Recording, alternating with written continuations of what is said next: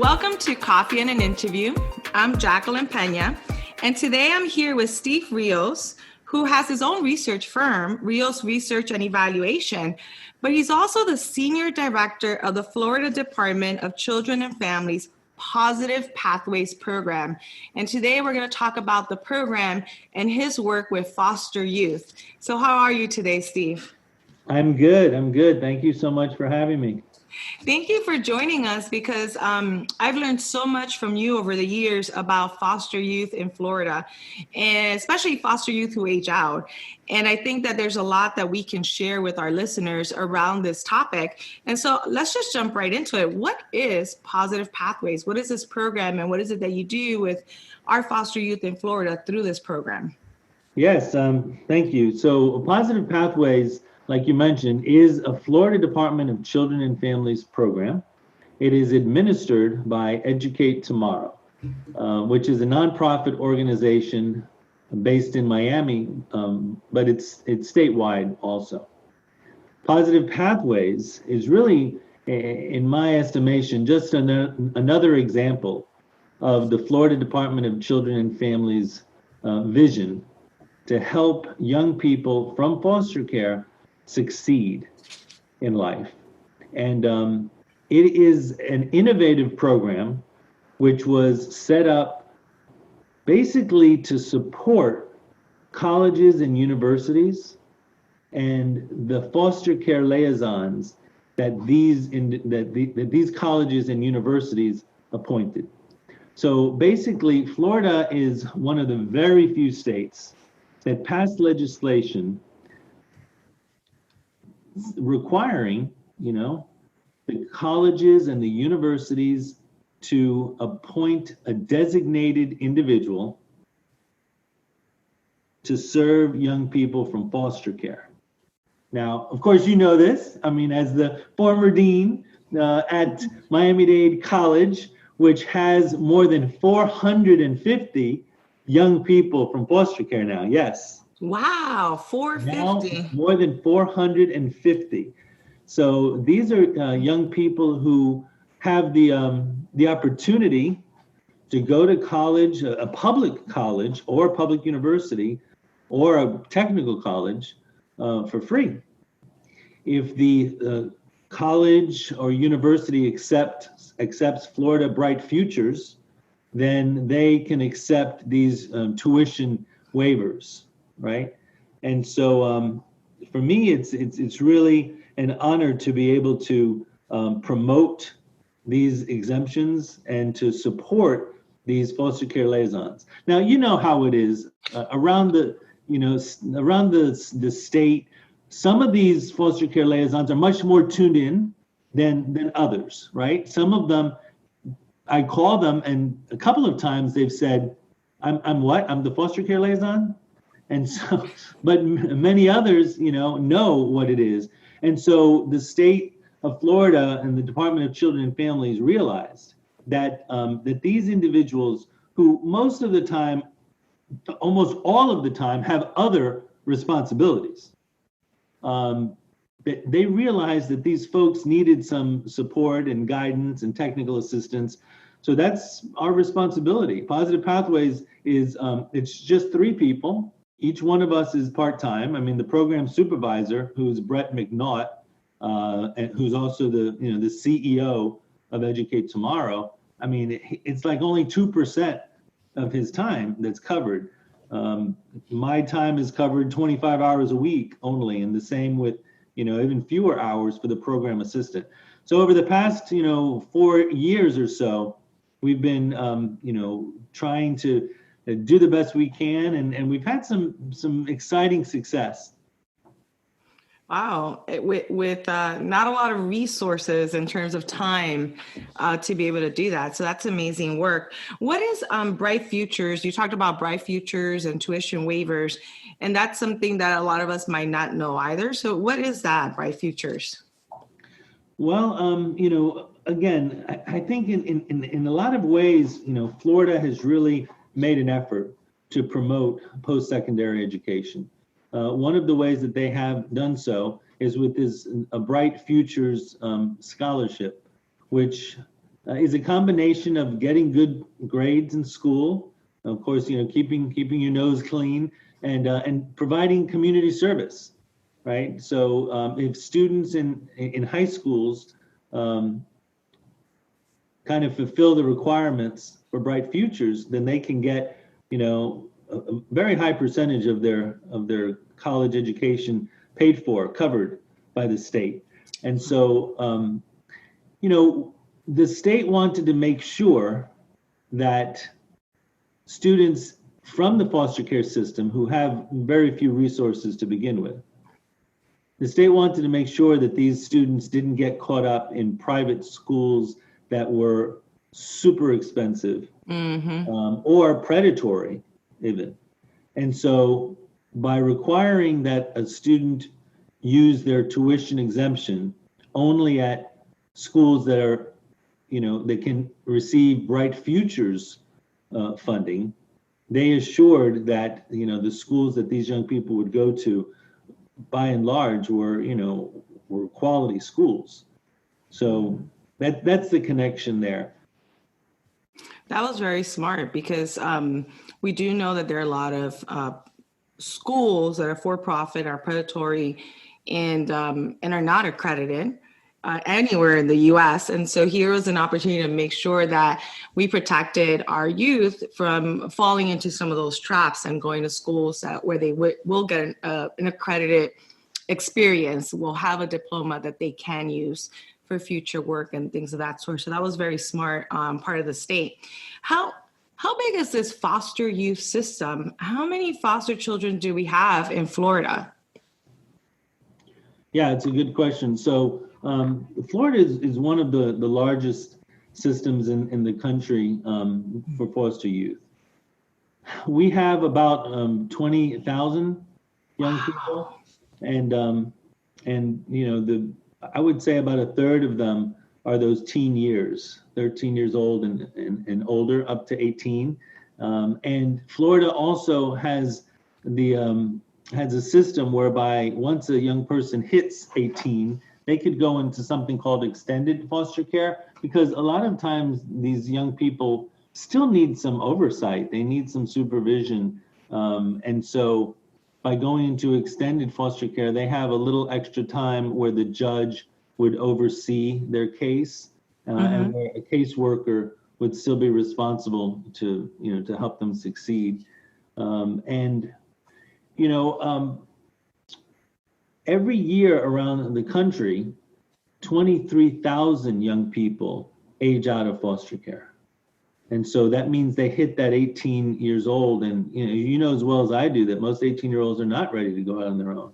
No. So at least here in Florida, which has about 1,000 young people every year aging out, there is, the Spanish people like to say remedio, right? There's some assistance, there's some help, there's some hope for them. And so, Florida is really made a very, very specific effort to help these young people. What I mean by that is the national government, the federal government, established something called the Educational and Training Voucher Program, which means that they have,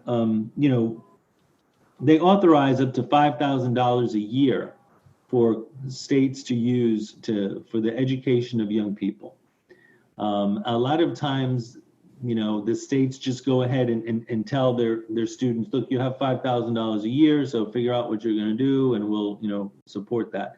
But here in Florida, what they've done is they've taken that funding, the ETV money, and they've combined it with other state funds in order to create a program which provides $1,256 a month in stipends to young people from foster care who are pursuing, their education.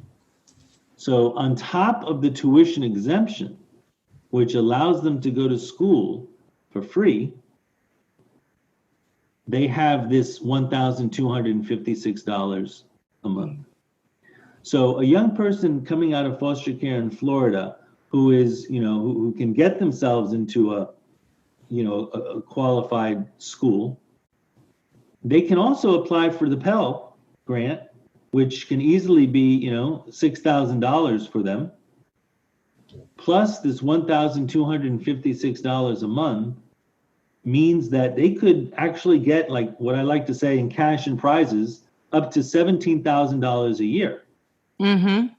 And so, Florida has really done what it can to try to provide the financial resources for these young people. And even at that, I think what happens is you also have, you have those emergency expenditures. We talked about a little earlier. A lot of folks just don't have that, anything beyond the next week. So a lot of these young people don't have anything beyond the next month, so to speak. And so what that means is that we've been very, fortunate here in Florida to find organizations like Educate Tomorrow that have tried to go the extra mile, even beyond what the state provides. And so through this network, the Positive Pathways Network, organizations that are determined to do whatever they can for young people have found, colleagues who they can work together with. So like, for instance, Educate Tomorrow, through the network, met an organization called AOK Scholars. So the AOK Scholars Foundation has come alongside Educate Tomorrow and said, look, we're willing to support, the young people who are already receiving the waiver, meaning that we're going to provide, another kind of case manager, mentor for that young person, as well as we will give them up to $2,500 a year in any kind of emergency funding they need. They crack their phone, their car breaks, they don't have transportation, they're doing, they're about to be evicted, these kind of things, AOK will pay for. And so they have more than 350 young people, that they're supporting in this way. But the beautiful thing is that they have funding. They're a multi-million-dollar company that set up this AOK Scholars program. They have funding for 1,000 young people. Mm-hmm. And that's what that's like their long-term goal. So every time I have the opportunity with our monthly calls, because Positive Pathways has monthly calls with an average of 50 people a month have been getting on these calls from all over the state of Florida. We're talking about, foster care liaisons, deans like yourself have been on there. The chancellor of the Florida college system would regularly get on that call, which was, pretty encouraging. She's now at Tallahassee Community College. Mm-hmm. But young people themselves get on the call. And every time a young person is on the call and they express from their heart, what's going on or how appreciative they are, it just, lights up the whole call, really, because it's straight from the heart. It's very honest. And we have independent living supervisors and caseworkers. Really, it's a tremendous, family of people around the state who help, these young people. And so wow. The organization that I mentioned, AOK Scholars, they are on it. They're able to introduce themselves and to consistently remind people from all over the state that they're there to help these young people as well financially. It's an amazing network, a supportive network. I picture like this big blanket covering the entire state of Florida. Here we are working together to help you be successul so that, you can continue towards whatever journey you choose, professional journey and personal journey. Yeah. You know what? I think I would be remiss not take this opportunity talking to you, who you were at Miami-Dade College, you were Dean of Students, you were in a tremendous position to both be supportive of this work and to see the need for it. So would you mind if I just ask you, from your point of view, in the wonderful position that you had at Miami-Dade College, what did you think about, the Positive Pathways and the work that we did and Educate Tomorrow on your campus? Yeah, it's so funny. So the tables have turned. You're interviewing me. Just a So, fun question. so I actually worked closely with our dean of students. We were a power team, and I was dean of academic affairs and faculty. So it was great because she could really look at those support services that our students needed.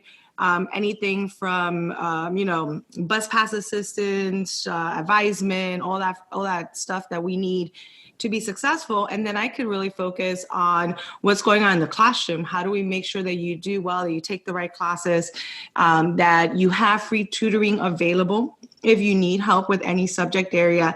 And so we we joined our blankets to create a big blanket on campus, or a quilt. I like quilts; they're very comforting for all our students. But we were very intentional about our foster youth and making sure that they knew they were never alone. And there were some amazing people on our campus who reached out to our foster youth and really, walked the walk with them and talked and helped and were there. And I think that's important when you're a big campus or a big school. We're huge. Miami-Dade College is huge. And the campus is really big as well. I think it's important to have a person, to know people's faces and names, and to know if I need something, if I have a question, if I have a situation, I feel comfortable talking to this person. I think that's important because a lot of times people are scared to ask for help, or don't know, or feel stupid if they ask a question, or don't know who to turn to. And we were very intentional of always being at activities with our students, especially our foster youth, and really making sure that they knew, if you have a question about a class, if you need a tutor, talk to me. If you need this, talk to me. We have food pantries. We had all kinds of things to help students, but we wanted to be intentional with our foster youth and make sure they knew, hey, this is my name. This is who you could come to me if you need anything. Because again, the world is rough, right? Life is tough. And our foster youth, especially our aged out foster youth, who are now in a slightly different system, and they're more independent now, it can be lonely and scary. And you want to make sure that everyone is well supported and knows that they're not alone, and knows that people have my back, right? You want them to feel, yeah, they have my back. And I think that is very helpful. And then there are times when you want to give up. And when you're in school, this. You're in college, oh my God, I didn't do on this paper. This teacher doesn't like me. This is going on. I'm so stupid. I don't get this algebra stuff. Am I ever going to need it? And many people give up as they meet those obstacles. But if they have a good support system and they know that there are people who have their backs, I think they're more willing to work through that and walk that journey, continue that journey. Hey, okay, algebra, I'm doing terrible. But, I remember Dean Pena said, I can get free tutoring whenever I need it. Let me call her and see what can I do to get at least a C in this class. Exactly. And Miami-Dade College truly was, and is so supportive of this initiative. And, folks like yourself and, Dean Perez, and obviously the president, Maylou Harrison, their determination to support these young people has been incredible. And this has happened around the state. I mean, there are still a lot of, there are 28 colleges, and only a couple of them have this dedicated program. But more and more, the people who are these liaisons, right, are taking it upon themselves to do more on their campus. So just recently, St. Petersburg College determined and agreed to match the funding that was put down on the table by Educate Tomorrow and the Helios Education Foundation in order to have a full-time person. So that full-time person is going to start, this year, working with the young people. Daytona State College also has taken up the challenge to find a person who can be helping these young people. And so they have a person who's leading one of their initiatives that they want to assign this person to the foster care youth as well. Jacksonville, the Florida State College of Jacksonville also has a champion of a person who is saying, well, let me do whatever I can on my campus and in my community, because really this needs to be a community-wide initiative in helping these young people. And so, yeah, we're seeing change. I mean, the reality is over the past 10 years, actually over the past 5 or 6 years, the number of young people in college from foster care has gone up from 1,500 to 6,100 in Florida. From 1,500 to 6,100. That growth rate of nearly 300% is more, way more. I mean, you know, what's the average, growth rate year to year in colleges and universities? It's like almost flat, 1%, maybe 2%, If you're lucky lately. Yeah, well, especially now. And so, as a matter of fact, that reminds me, one of the powerful things about this network is that we can now get on the phone, once a month. We were doing it anyway, right? A lot of people had to say, oh my gosh, now coronavirus, what can we put into place to support these young people? Well, we had already been meeting once a month virtually. And so all we had to do was start talking about, something different, and saying, well, what's going on with the students? What can be done? We did a survey. We found that 65% of them needed study skills help, especially now going online. They're not accustomed to that. They're accustomed to seeing the person, face to face. And so what we did was we started a tutoring program down here in Miami, a virtual tutoring program. We hired a man who is a foster father, adoptive father, happens to be a Homestead adjunct professor at Miami-Dade College, and is a high school teacher. So we hired him. Yeah, right? Isn't that something? We contracted him in order to provide this tutoring. So he's going to do the assessments of the students and then provide whatever support they need. And hopefully this will be a pilot program that places, other parts of the state could see, and maybe, find funding of their own to do something similar. So that's what the network really provides, as well as technical advice. Through the network, I can provide technical assistance to anybody who calls, from a student all the way up to the chancellors. I can connect them, and I do consistently connect them with other people in the state who have, experience and can answer some of their questions. The other day, Florida FAMU called to say, look, I'm new in this position. I haven't dealt too much with the homeless waivers. Do you have any, advice about that? And I said, well, I'd love to connect you with, and so I connected her with the new person who's an AOK coach in the Boca Raton area. And so they picked it up and they're talking from there. So that's the power of a network. This is an association of people who are doing the same thing day in and day out and are willing to help each other. Yeah, and it's amazing because the fact that the network is well established, that you meet consistently, that you're always working towards the same goals, it allowed you to right away respond to what's going on in the pandemic. And that tutoring example, that's a perfect example, right? So you were able to figure out what are your biggest needs right now as we go into this pandemic.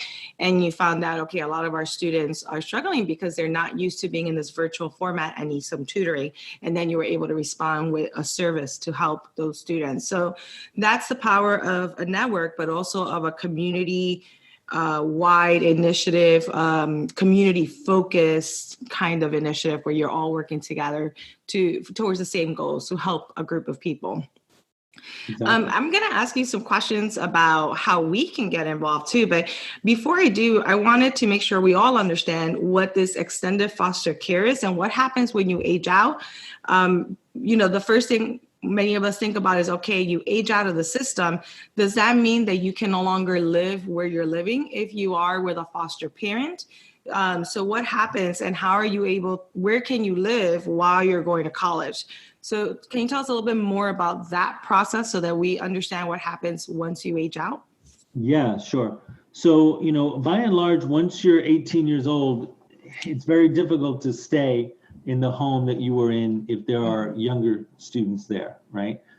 So that being the case, Florida has, a couple of ways to help. I mentioned earlier, the PES program, post-secondary educational support services, which provides this funding. And really, that funding is supposed to be used. They anticipate that it's going to be used to find you a place to live. Now, in Miami, you can imagine that it's pretty hard to find a place, right? right? And so there are, there are programs and there are some, places that allow the young person to stay. They're not living right there with students, with children who are under 18, so that they can stay in that arrangement. There are a good number of times when the foster parents themselves can keep the young person there because maybe they don't, have younger children, and so it's not going to be a problem. When that happens, the arrangements are made to in appropriate supervised facilities to provide funding for that young student who can then start paying rent, right? There are also some programs. There are programs like here, Casa Valentina in Miami, that allows the students to move in and they can have maybe a roommate and just have to pay $200 a month in order to have a place. Now and this is why, because they're limited places for a young person to go and afford. That's one of the reasons why we try to promote this college experience, especially those who can qualify for university, because then there's university housing. Oh, yes, that's right. I mean, and Florida International University, for instance, saw the importance of university housing, and so they got funding from the state in order to provide housing vouchers for their young people. So we have a good number of young people who, were living on the campus. And the beautiful thing about that is that more and more universities are realizing that this housing is so important that they're allowing for year-round housing for these young people. Where in the past it would be like, no, sorry, you got to go home during the Thanksgiving. Well, where's home, right? This is home. So that was the first thing I thought about, like what happens during Christmas break and summer break and spring break. And Exactly. And so more and more, one of the beautiful things about this network is we're increasing awareness. We're helping people to realize, the need, and we're helping them to realize that other colleges and universities are not just saying, oh, well, aren't they just another struggling population? A lot of times the college could say, yeah, Steve, the statistics that you're sharing with me about these young people, that's all of our people, or that's 75%, right, of our people. They come from underprivileged homes, they're academically behind. That's the story of community college. But the issue is that a lot of those young people, even the homeless young people, have their moms and dads sometimes, a lot of times, right? Just because they're homeless doesn't mean they're homeless on their own. So the difference in this population, by and large, once they hit 18, they've got to figure out what's going on, even though they still have that support from the state. And a lot of them don't want the extended foster care. A lot of them say, hey, I'm 18, let me get out of here. And unfortunately, at 18 years old, 50% of them still don't have their high school diploma or their GED, right?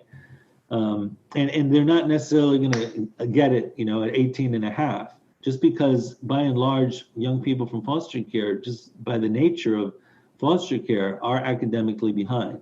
Whether that happened before they got into foster care or during, or a combination of both. By and large, most of these young people go to multiple schools on their way to their 18th birthday. And so by the time they're there, they still need to get their education. That's how come the community colleges are so wonderful, in that they provide the GED training as well. And they provide the opportunity to get those assessments, the TABE, etc. So yeah, but by and large, it's very challenging for these young people. And that's how come, unfortunately, the statistics are not very good around the country. I think in Florida, our rate of success is much higher. And quite frankly, when you have the wraparound services that, for instance, some of the statewide state programs have been able to provide, like maybe Handy is a program in Broward County, Vita Nova is a program in Palm Beach County, Unconquered Scholars is a program in Tallahassee with Florida State University, and in Miami, like the Educate Tomorrow program, which is comprehensive and in association with AOK. They have a very high percentage of their students who are getting their degrees, much higher than around the rest of the country. Because of that support network and all the different resources that are being pulled together through that network, that blanket across the state. I mean, it's really challenging. We know life is tough, life is difficult, and then you have all these other added challenges. I want to talk a little bit about 3 words that I see behind you that I think connect to this topic, and then I have maybe another question or 2. But I see connect, unite, act. And as we're talking, these 3 words keep popping out. We're connecting, we're uniting, we're acting. What are these 3 words? How do they fit into the Positive Pathways program? Yeah.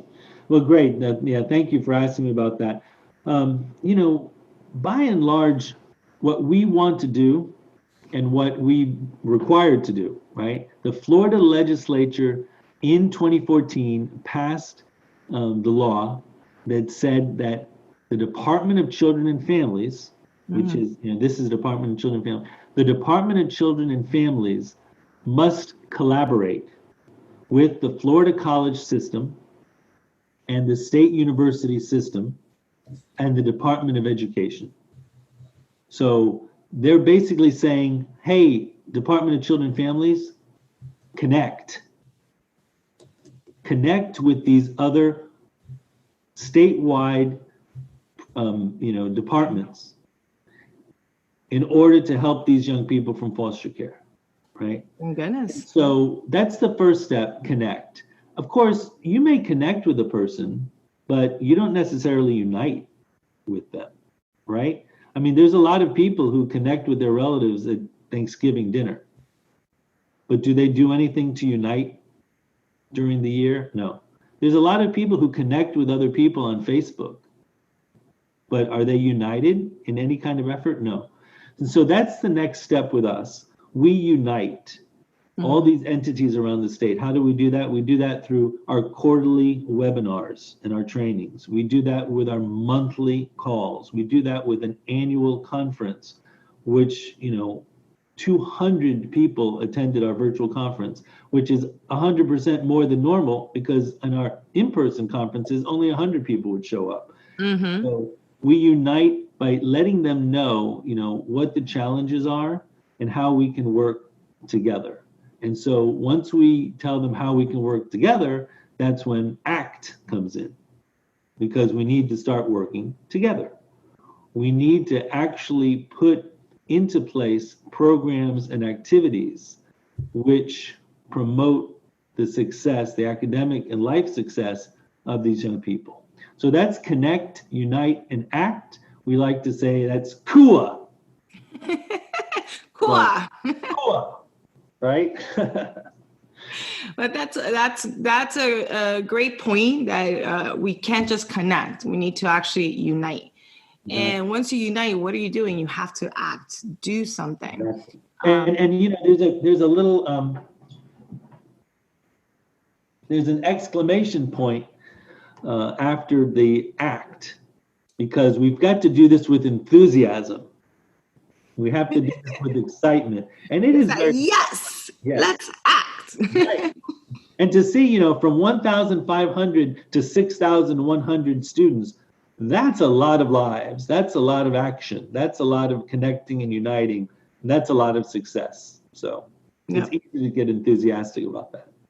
So actually that leads to my next question, which is, for those of us who are listening to this podcast, for me, and I'm interviewing you now, if we want to get involved in some way or help in some way, and we have different levels of help or involvement that we can contribute. How can we help? Do you have any suggestions for those of us who really want to act? We want to get involved, whether it's with our foster youth or our foster youth who've aged out and are now have opportunities for higher education. What can we do? Sure. Well, thank you, for that very important question. And I think because we have this statewide network, no matter where you are in the state of Florida, you can act, connect, unite with somebody who's nearby. And so first and foremost, reach out to us here at Positive Pathways. So you can reach out by emailing us at pathways@educatetomorrow.org, pathways@educatetomorrow.org. Go to our website, which is positivepathwaysflorida.org. And when you open that up, you can go to a tab that's called Programs and Liaisons. And when you go to Programs and Liaisons, if you are interested in finding, like, for instance, a state college liaison close to you or the state university liaison, you click on that tab, and then we have a search function that you can just type in the name of the college, and it'll bring up, what's happening nearby. And so I would, be pleased to help anybody connect with anybody in their community. Because some communities are much more active than others. Like Brevard County is very active, Broward County is very active, Leon County. Over in the west side of the state, those schools are becoming more active. University of South Florida, St. Petersburg College, Hillsborough. But the main thing to realize is that if anybody in any part of the state of Florida wants to support these young people, they can do it. We're strengthening our partnership with the Guardian Ad Litem. Oh, good. Which these are people who work with the children below 18, but some of them want to continue to help these young people who they've grown close to once they hit 18. So, we're definitely a statewide entity working with other statewide entities, like, for instance, even the Florida College Access Network.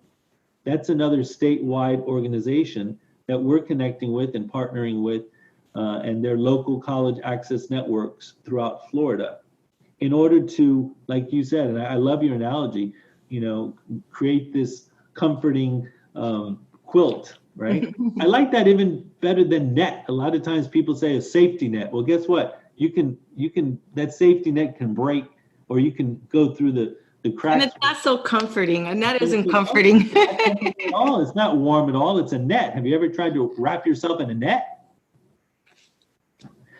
I love your quilt analogy. This is our safety quilt, our comforting quilt, or you're not alone quilt of support. I love it.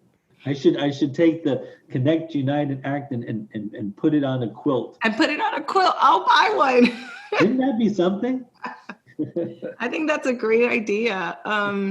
Actually, I just also want to share for our listeners that a lot of these resources and ways of communicating with Positive Pathways, including the website and the email, all of that is listed under the resources area. So when you go to the podcast episode, you have a short description, and under that you have resources, and those resources include links that you can click on or copy and paste into your web browser and get the information you're looking for from today's interview. So with that, I want to say, do you have any final thoughts or any advice or tips or anything else you want to share that I didn't get to ask you around this important topic of our foster youth in Florida? Well, you've done a great job asking me, the relevant questions. Let me think here for a second as I take our screenshots so that I can promote this interview on our site as well, right? I guess, you really touched on it earlier when you talked about the feelings of the young people, the loneliness, the being scared, the uncertainty. If we could think back to when we were 18 years old, a lot of times, even though we had parents, we didn't share with them all of our feelings. I have an 18-year-old right now, and she spends a lot of time in the room, and she's in college, but at the same time, I know that, she goes through things that I don't necessarily know about because young people are embarrassed. And so, one of the most important things that I think that folks in Florida can realize is that there is an organization that is focused on helping these young people through their very challenging times, and that they can really, in many ways, help through the Positive Pathways Network in ways that they probably didn't realize they can be a tremendous impact. Young people, more than anything, need to hear information. Mm-hmm. I think a lot of times those of us who are 30, 40, 50 don't realize that that's 30 years more information than this 18-year-old has. And I remember one time I was reading something, and unfortunately, I've known young people who ended their own lives. And when I went to find out what on earth, why would that happen? One of the things I realized was that they don't have as much information as we do in order to process these very challenging, scary, experiences. Mm-hmm. In other words, at 30 and 40, we realize that this will pass. We realize that there are good things that can come out of these challenging situations. Well, an 18-year-old doesn't know that. They don't have that much information in their data, in their database, right? Their mind and their heart don't have as much information. So Positive Pathways is all about helping folks know that there is a pathway for them, and that there are people who are willing all over the state of Florida, not just willing, but eager to help them along that positive pathway. So I just really appreciate the opportunity on this show to let them know about that. And I see that you're doing a lovely post, so just give me a second right now, and I'll take another a shot of us. And the beautiful thing is that I know how to use PowerPoint to cut and paste. I actually do a lot of my posts using PowerPoint. Yeah, it's a great program. All right, great. And so great. Let me do a quick wrap-up statement that will end the interview with. Sure. Thank you so much, Steve, for being here with me today and to really teach us about our foster youth in Florida and the Positive Pathways program and the different ways that we can be supportive and become part of that network /quilt to really support our foster youth, especially our foster youth who age out and have educational opportunities so that they can be successful in their personal and professional endeavors. So thank you for being here today. We truly appreciate you being in Coffee and an Interview. Well, it's been my pleasure. Thank you for connecting with me.